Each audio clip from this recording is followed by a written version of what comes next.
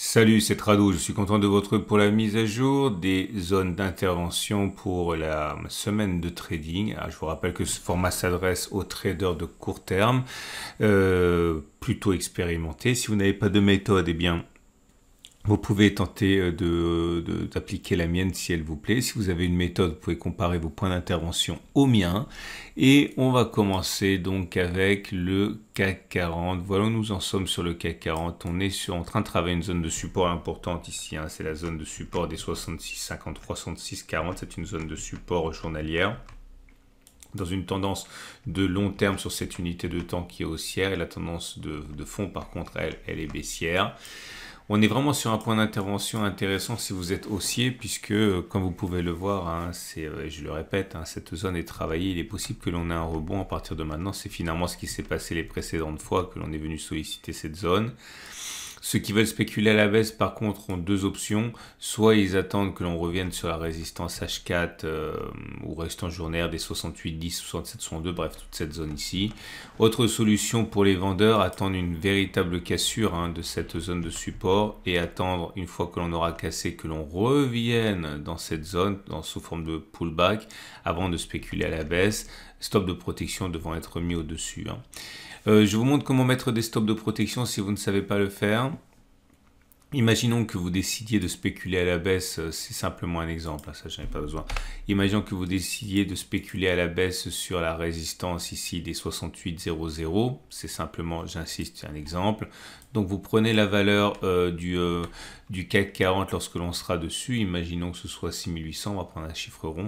Donc vous prenez 6800 et vous allez vous allez ajouter la valeur d'un ATR ou même deux ATR, c'est-à-dire que si on va chercher une zone au-dessus de la résistance, eh bien vous serez déclenché en perte.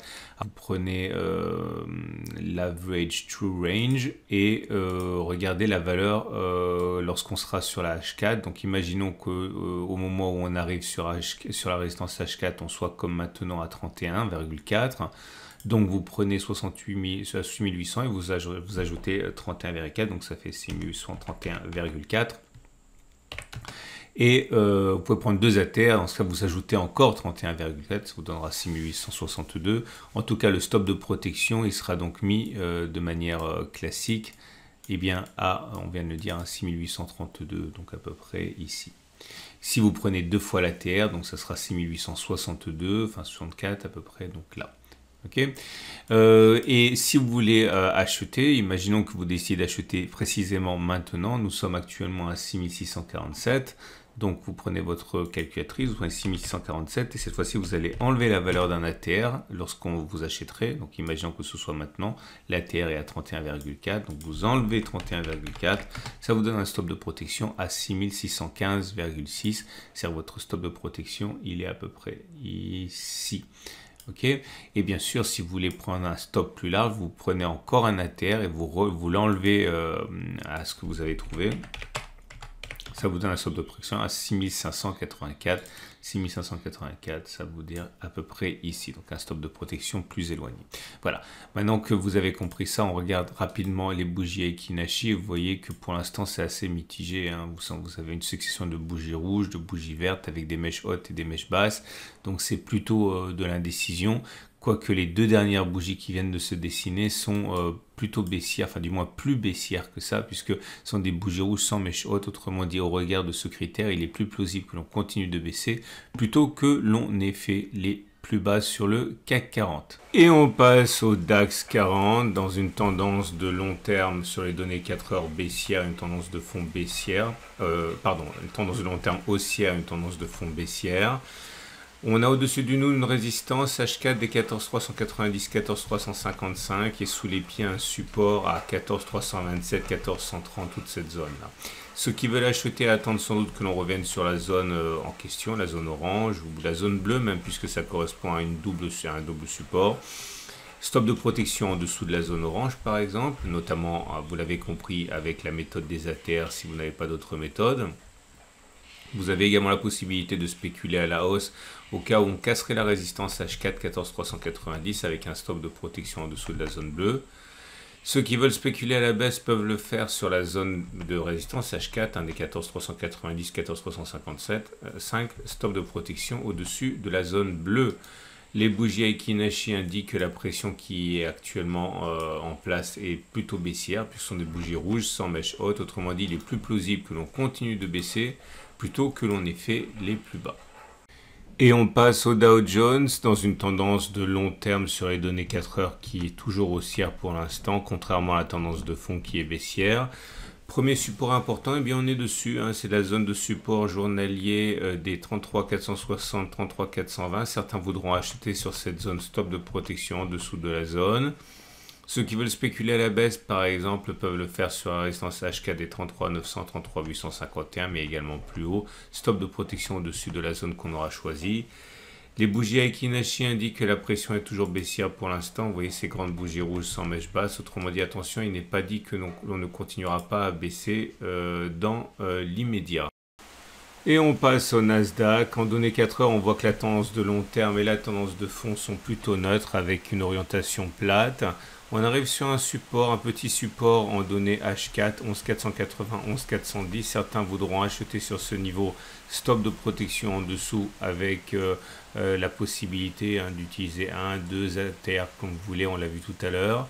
Autre possibilité pour les vendeurs, attendre que l'on revienne sur la résistance orange, ici, toute cette zone des 12,078, 11,874 et zone de résistance, stop de protection au-dessus, ou alors en cas de cassure de cette zone de support H4, éventuellement vendre et puis mettre un stop de protection au-dessus de la zone bleue.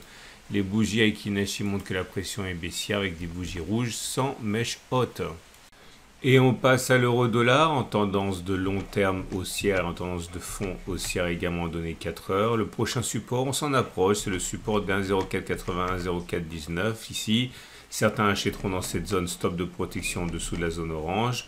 Première configuration, on va dire classique de spéculation à la baisse, ce serait un retour sur la résistance journalière des 1,0596, 1,0592, stop de protection au-dessus de la zone bleue. Bougie Aiki-Nashi baissière, vous le voyez, sont des bougies rouges sans mèche haute. Autrement dit, il est plus plausible que l'on continue de baisser plutôt que l'on ait fait les plus basses sur l'euro-dollar. Et on termine cette préparation de la semaine de trading avec Bitcoin. Bitcoin sur une tendance de fond et une tendance de long terme plutôt baissière en données 4 heures. Vous le voyez, ça n'a pas vraiment d'orientation, ça se croise. Bon, on va dire que la prochaine zone de support H4 est à 16 815, 16 700. Ici, stop de protection en dessous de la zone bleue. D'autres attendront quelque chose de plus solide comme le support journalier des 16 508, 15 600. Mais attention, le stop de protection serait très éloigné. Donc il faudrait vraiment penser à 2 fois avant d'appuyer sur le bouton d'achat puisque, encore une fois, le stop de protection est très très loin. Pour les vendeurs à découvert, on a la possibilité d'attendre un retour sur la résistance H4 des 17 400, 17 320 puisque ça a fonctionné préalablement, ou alors pareil, un retour sur la résistance journalière des 1990, 17 570, mais c'est difficile à négocier tant ces zones sont larges. On en a terminé avec ce format de préparation de la semaine de trading. Si ça vous a plu, je vous rappelle que c'est mis à jour toutes les semaines le lundi matin. Vous pouvez vous abonner à mon format YouTube, à ma chaîne et cliquer la cloche de notification pour être mieux au courant. Tous ces produits, tous ces graphes sont issus de mon partenaire de trading IG. Vous avez des liens à la fin de cette vidéo par incrustation pour découvrir leurs produits, notamment les Turbo 24 et les CFD à risque limité. Je vous souhaite une excellente journée et je vous dis à la semaine prochaine pour la mise à jour de ce format et à tout de suite pour plein de vidéos sur d'autres actifs.